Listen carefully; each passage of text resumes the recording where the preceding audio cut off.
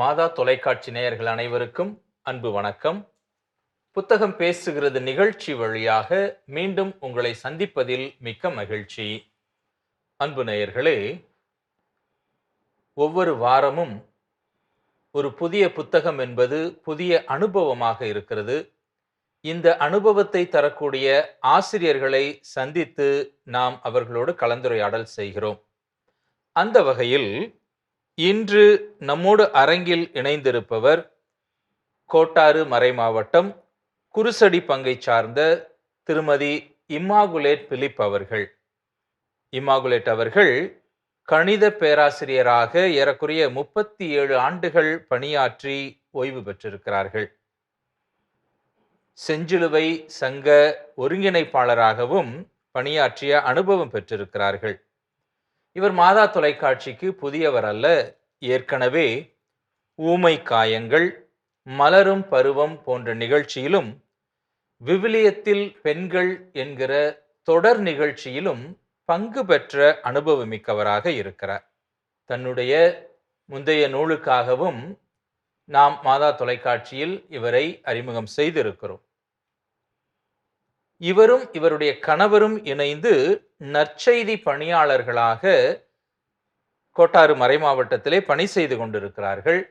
அதைவிட மேய்ப்பு பணி பேரவையின் முதல் பெண் செயலராக பணியாற்றிய பெருமையும் இவருக்கு இருக்கிறது. கணவரும் இவரும் இணைந்து ஏறக்குறைய 50 புத்தகங்களை வெளியிட்டிருக்கிறார்கள் என்று சொன்னால் அது மிகையல்ல. இவருடைய கணவரை பற்றியும் இன்று நாம் சொல்ல வேண்டும். ஏனென்றால் இன்று நாம் பார்க்க போகிற புத்தகத்தை இருவரும் இணைந்து எழுதியிருக்கிறார்கள். திருமிகு பிலிப் அவர்களும் ஆங்கில பேராசிரியராக ஏறக்குறைய 39 ஆண்டுகள் பணி செய்திருக்கிறார். ஆங்கில துறையின் தலைவராகவும் பணியாற்றியிருக்கிறார். இவரும் கோட்டாறு மேய்ப்பு பணி பேரவையின் முதல் செயலராக பணியாற்றிய பெருமையை கொண்டவராக இருக்கிறார். கத்தோலிக்க சேவா சங்கத்தின் மறைமாவட்ட தலைவராகவும், குருசடி அருள்பணி பேரவையின் துணைத் தலைவராகவும் பணியாற்றிய அனுபவம் இருக்கிறது. முறைப்படி இசையை கற்றுக்கொள்ளாவிட்டாலும் கூட 300க்கும் மேற்பட்ட பாடல்களை உருவாக்கியவராக, குறிப்பாக இறை பாடல்களை இசையமைத்தவராக இருக்கிறார். அதில் 120க்கும் மேற்பட்ட பாடல்கள் பதிவுகளாக இடம்பெற்றிருக்கின்றன. இவருடைய பணிகளில் குறிப்பிட்டு சொல்ல வேண்டிய ஒன்று சிறைப்பணி. குற்றமில்லா குமரி எனும் மையப்பொருளில் பள்ளி கல்லூரிகளில் விழிப்புணர்வு ஏற்படுத்தக்கூடிய பணியிலும் இவர் ஈடுபட்டு வந்திருக்கிறார். நம் வாழ்வு, தென்னொலி, மறைசாட்சி தேவசகாயம் பிள்ளை அவர்களுடைய மும்மாத இதழ், ஆளுமை சிற்பி, மலங்கரை விளக்கு, கோவை தூதன் போன்ற இதழ்களில் தொடர் கட்டுரைகளை எழுதியவராக இருக்கிறார். மிகச்சிறப்பாக எழு ஒளி வீசு என்னும் தொடர் கட்டுரைக்காக விருது பெற்றிருக்கிறார். ஆக இன்று நம்மோடு அரங்கில் திருமதி இம்மாகுலேட் பிலிப் அவர்கள் இருக்கிறார்கள். திரு பிலிப் அவர்களுடைய காணொளியையும் நாம் பார்க்க இருக்கிறோம். இவர்கள் இருவரையும் மாதா தொலைக்காட்சி சார்பாக வாழ்த்தி வணங்கி வரவேற்கிறோம். நன்றி, வணக்கம். இன்று நாம் பார்க்க போகிற புத்தகம் திரு பிலிப் மற்றும் இம்மாகுலேட் பிலிப் அவர்கள் எழுதியிருக்கக்கூடிய திரு வெளிப்பாடு வெளிப்படுத்தும் புதிய விண்ணகமும் புதிய மண்ணகமும். விவிலியத்திலே கடைசி புத்தகமாக இருக்கக்கூடிய திருவெளிப்பாட்டு நூலை மையப்படுத்தி இந்த புத்தகத்தை அமைத்திருக்கிறார்கள். இதனை சென்ட் பால்ஸ் நிறுவனத்தார் வெளியிட்டிருக்கிறார்கள். 350 பக்கங்களை கொண்ட இந்த புத்தகத்தின் விலை ரூபாய் 250 இருக்கிறது. இந்த புத்தகத்தை கணவன் மனைவி இருவரும் சேர்ந்து எழுதியிருக்கிறார்கள்.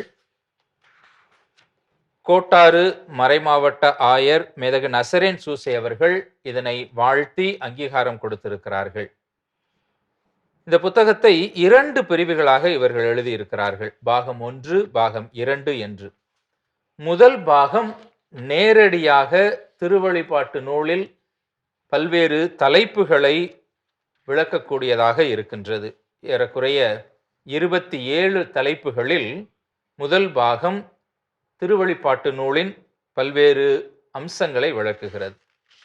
இரண்டாவது பாகமானது இந்த திருவழிபாட்டு நூலை கற்றுக்கொண்டதிலிருந்து இவர்கள் பெற்றுக்கொண்ட படிப்பினைகள் என்னவாக இருக்கிறது, மிகச் சிறப்பாக முக்கியமாக மூவர் இறைவன் பற்றி, பேறு பெற்றோர் 7 பேறு பெற்றோர் 7 அருமடையாளங்கள், விவிலியம் வாசிப்பதன் அவசியங்கள் என்று இவர்கள் பெற்றுக்கொண்ட படிப்பினைகளை ஒரு 13 தலைப்புகளாக கொடுத்திருக்கிறார்கள். அதோடு இவர்கள் மேற்கோள் காட்டியிருக்கிற முக்கிய நிகழ்வுகளை தனி அட்டவணையாகவும் மிக முக்கிய தலைப்புகளை தனி அட்டவணையாகவும் பிரித்து கொடுத்திருப்பதை இந்த புத்தகத்திலே பார்க்க முடிகிறது. 350 பக்கங்கள் என்பது ஒரு மிகப்பெரிய புத்தகமாக இருந்தாலும் இதனுடைய விலை ரூபாய் 250ஆகத்தான் இருக்கிறது.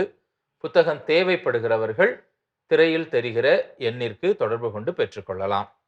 இந்த புத்தகம் உருவான பின்னணி குறித்து திருமிகு பிலிப் அவர்கள் பகிர்ந்து கொண்டிருக்கக்கூடிய காணொலியை இப்பொழுது நாம் பார்ப்போம்.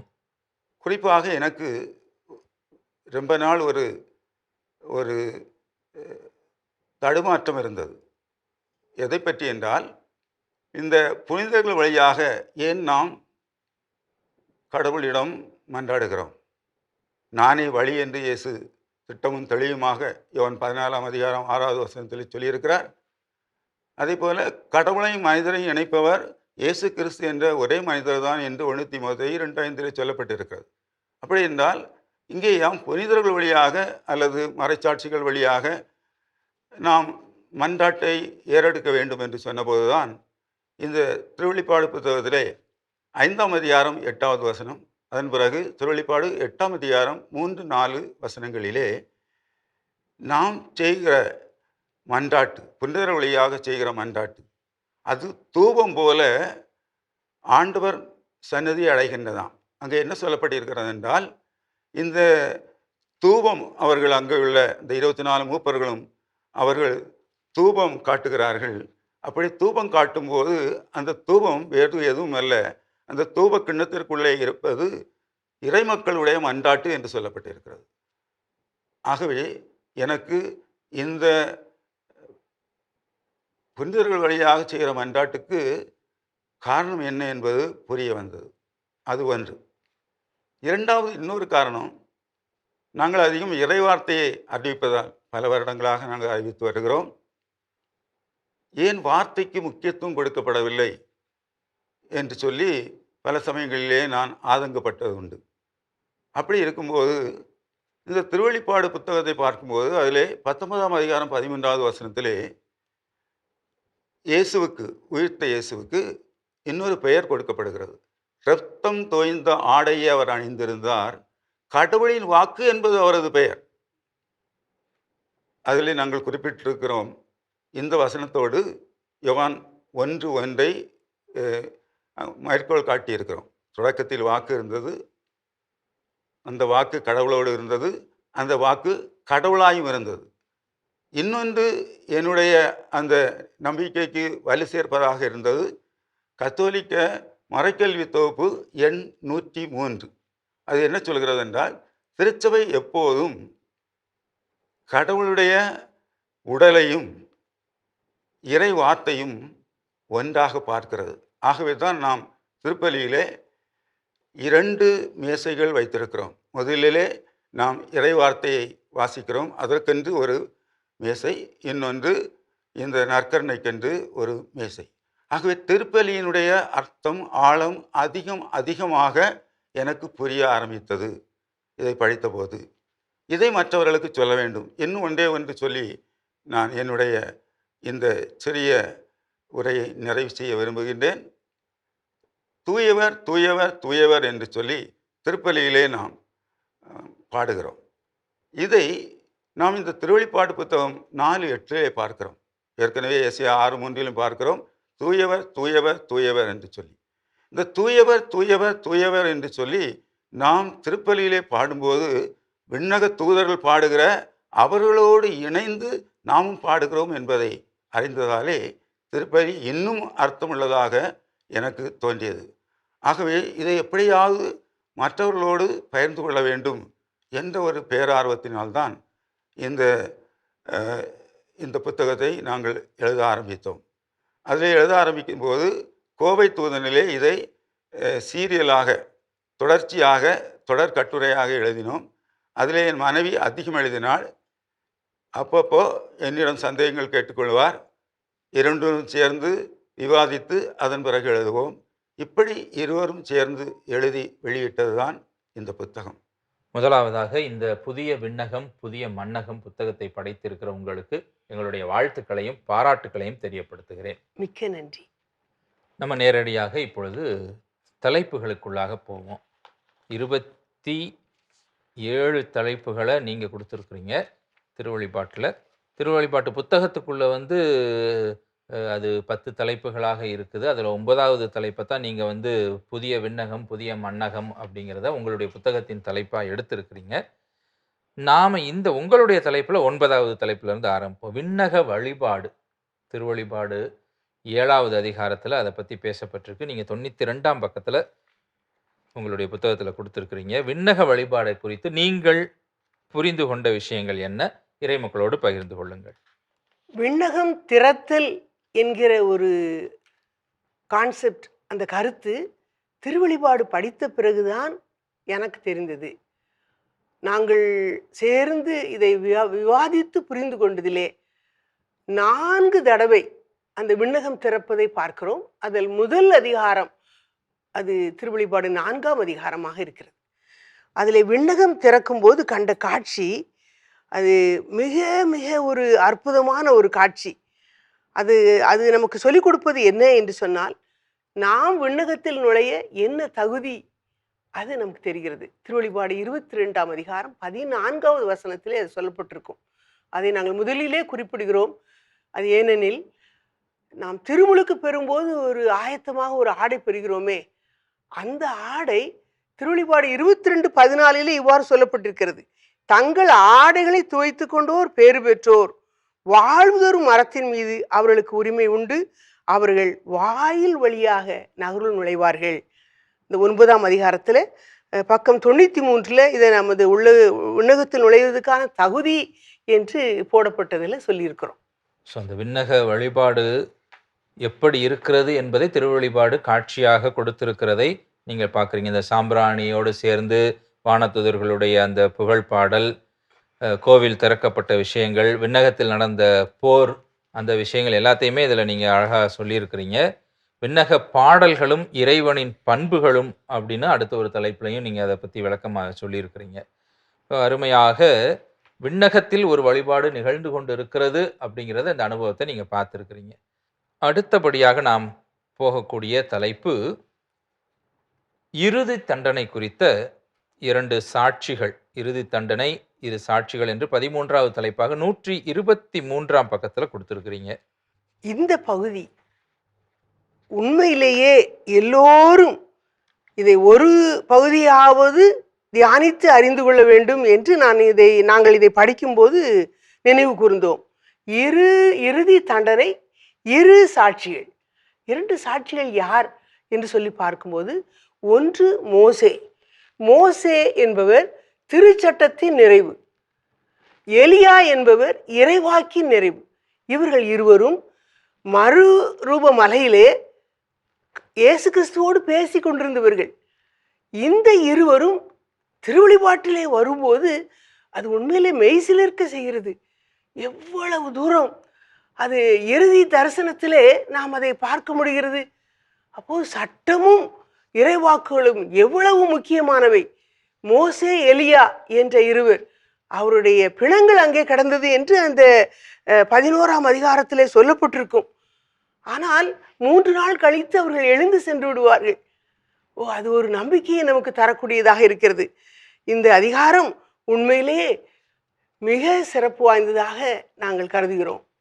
இதில் இந்த கடவுளுடைய தூதர் கற்றுக் கொடுக்கக்கூடிய விஷயங்களாகவும் உள்ள கொடுத்துருக்குறீங்க. 127ஆம் பக்கத்தில் அதை பற்றி உங்களுடைய பார்வை என்னவாக இருக்கிறது? 3 காரியங்கள் கடவுளுடைய தூதர் கற்றுக் கொடுக்கிறார்.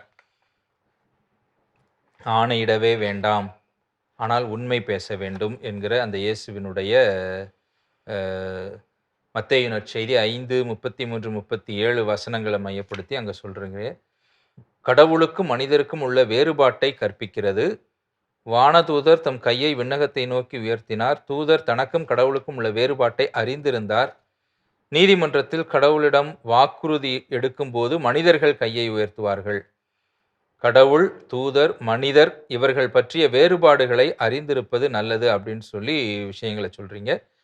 கடவுள் தம் பணியாளர்களான இறைவாக்கினர்களுக்கு அறிவித்தபடியே மறைவான திட்டம் நிறைவேறும். 3வது, இந்த வாக்குறுதியானது இனிமேல் காலம் தாழ்த்தாது என்பதை உறுதி செய்கிறது அப்படிங்கிற மாதிரி விஷயங்கள்.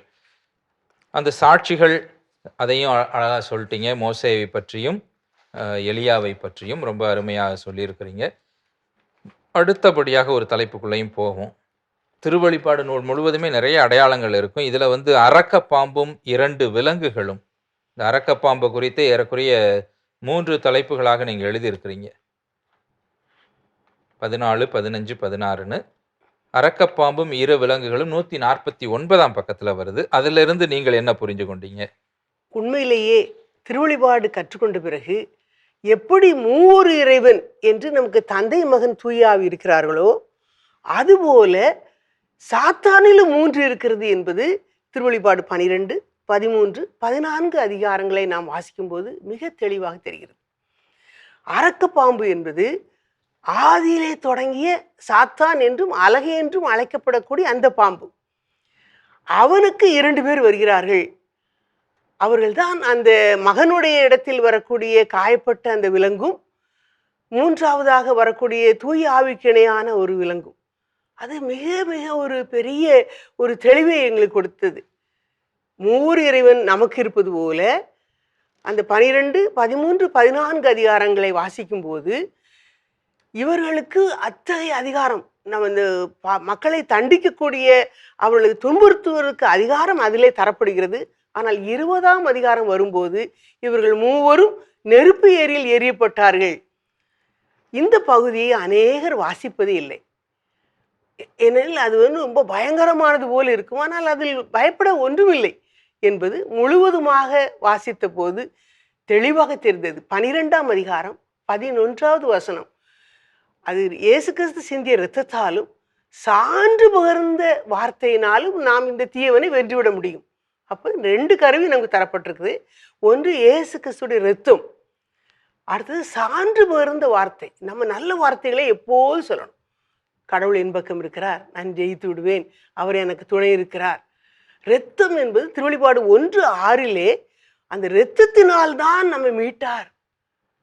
1ஆம் அதிகாரம் அந்த 5, 6 வசனங்களை நம்ம வாசிக்கும்போது தொடக்க பகுதியிலே இரத்தம் தான் நமக்கு மீட்பை தருகிறது. அதனால்தான் அவர் ஜெத்சமனியிலே முதல் துளியும் இறுதி துளி கல்வாரியிலே யோவான் 13:19 சொல்றார், சிந்துறார். முதல் துளி லூக்கா 22:44 அவர் பூங்காவனத்திலே இரத்த வேர்வை இருக்கும்போது முதல் துளி, இறுதி துளி இரத்தம்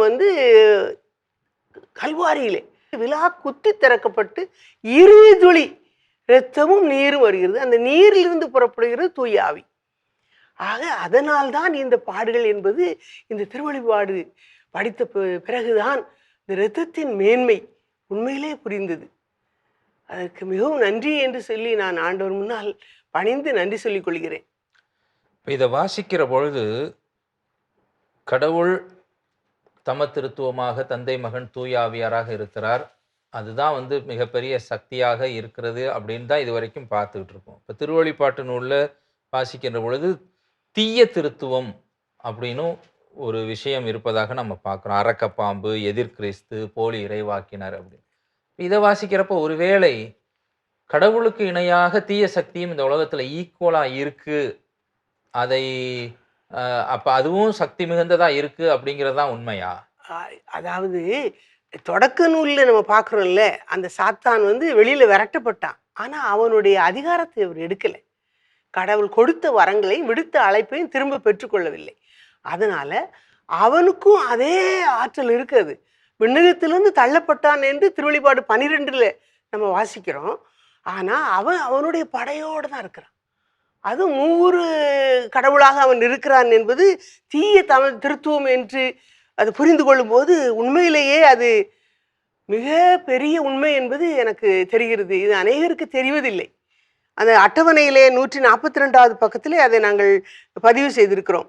அரக்கப்பாம்பு, அலகை என்று சாத்தான் என்று அழைக்கப்படுவது, எதிர்கிறிஸ்து என்று சொல்லக்கூடிய அந்த கடலிலிருந்து வெளிவந்த விலங்கு, போலி இறைவாக்கினர் என்று மண்ணிலிருந்து வெளிவந்த விலங்கு.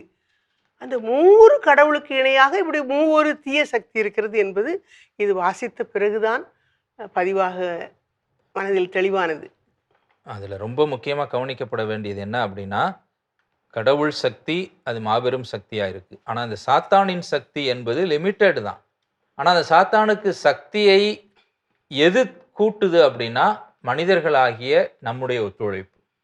ஒருவேளை நாம் சாத்தானுடைய தூண்டுதலுக்கு ஒத்துழைப்பு கொடுக்காமல் இருக்க சாத்தானுடைய சக்தியை வெகுவாக குறைத்து அழித்து விட முடியும் அப்படிங்கிற ஒரு விஷயத்தை தான் இறைமக்கள் இதை வாசிக்கும் பொழுது புரிஞ்சு கொள்ளணும்.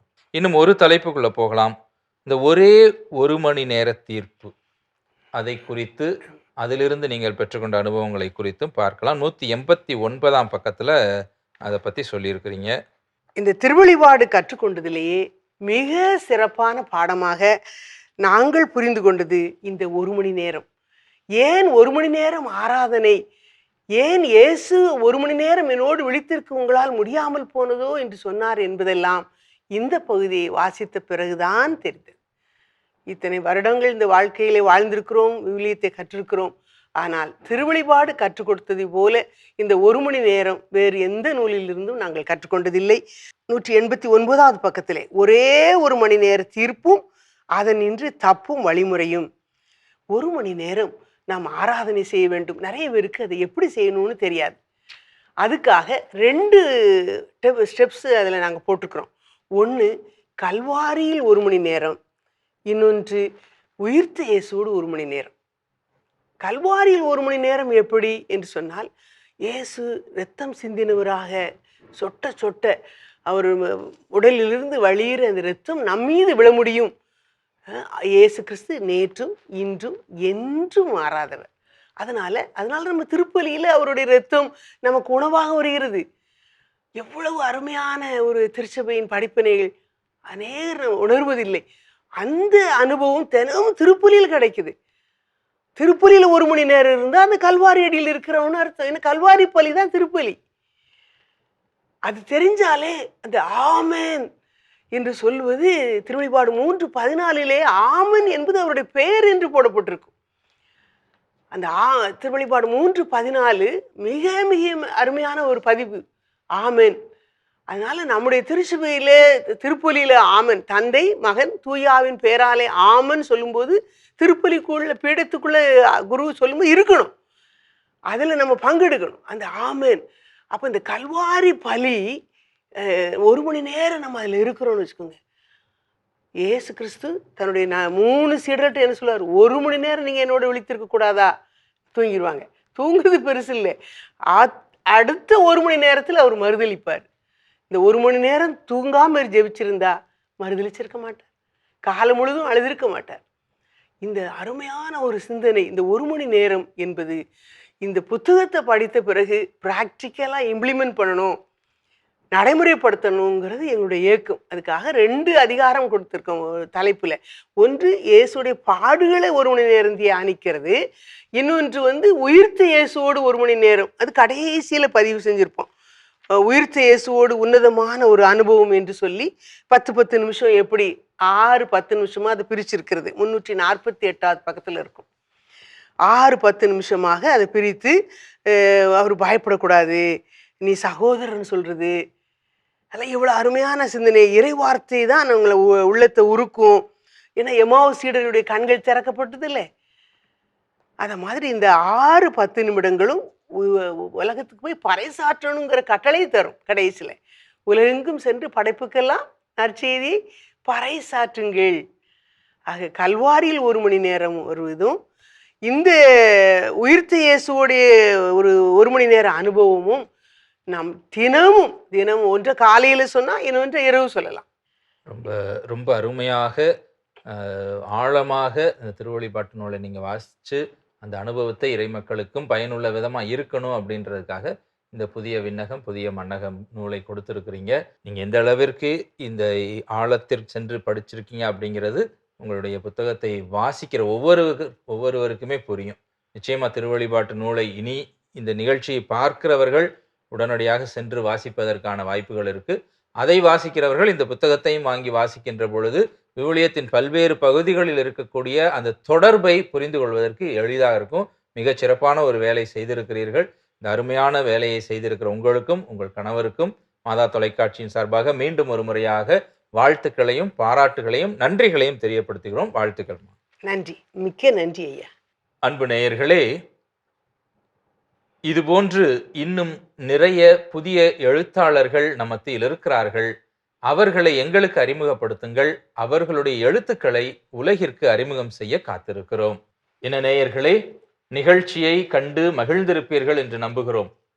மீண்டும் ஒரு புதிய அனுபவத்தோடு புதிய புத்தகத்தோடு உங்களை சந்திக்கும் வரை உங்களிடமிருந்து விடைபெறுகிறோம். நன்றி, வணக்கம். இனிய மாதா தொலைக்காட்சி நேயர்களே, மீண்டுமாக உங்களை இந்த திருவழிபாட்டு நிகழ்விலே சந்தித்ததிலே மிக பெருமையும் மகிழ்ச்சியும் அடைகிறோம். நீங்கள் இதிலே பயன்பெற ஜெபிக்கிறோம். நன்றி, வணக்கம்.